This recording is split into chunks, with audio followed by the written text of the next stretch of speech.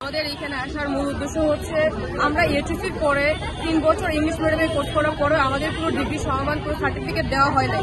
আমাদের এই আন্দোলন হচ্ছে গণঅভ্যুত্থানের জন্য 24 গণঅভ্যুত্থান হয়েছে। ঠিক তখন আমরা হচ্ছে আমাদের যৌক্তিক দাবিগুলো নিয়ে রাস্তায় নেমেছিলাম, কিন্তু ওরা আমাদেরকে আশ্বস্ত করে নাই। আশ্বস্ত করতে বলতে আমাদেরকে হচ্ছে 10 দিনের টাইম নিয়েছিল, কিন্তু ওরা আমাদের জাস্ট সময় দিচ্ছে, কিন্তু এখনো কোনো কার্যকরী পদক্ষেপ হচ্ছে না।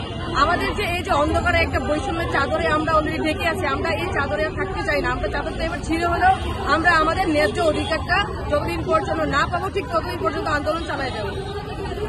এখন আপনারা এই যে আন্দোলন মানববন্ধন করছেন, যে দাবি নিয়ে, এই দাবির কি কোনো স্মারকলিপি স্বাস্থ্য মন্ত্রণালয় জমা দিয়েছে? আমাদের স্মারকলিপি স্বাস্থ্য মন্ত্রণালয়ে দেওয়া হয়েছিল, ওনারা 10 দিনের টাইম নিয়েছে।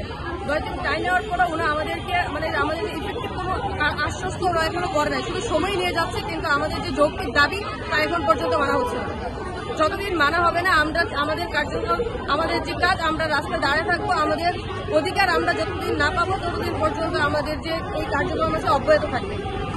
আজকে যদি কোনো ধরনের বার্তা না পান, সেই ক্ষেত্রে কোন ধরনের কর্মসূচি? আমরা ঠিক ততদিন অপেক্ষা করবো, ততদিন কার্যক্রম চালাবো যতদিন পর্যন্ত না আমাদের আশ্বস্ত করা হয়েছে আমরা আমাদের ন্যায্য অধিকার পাবো।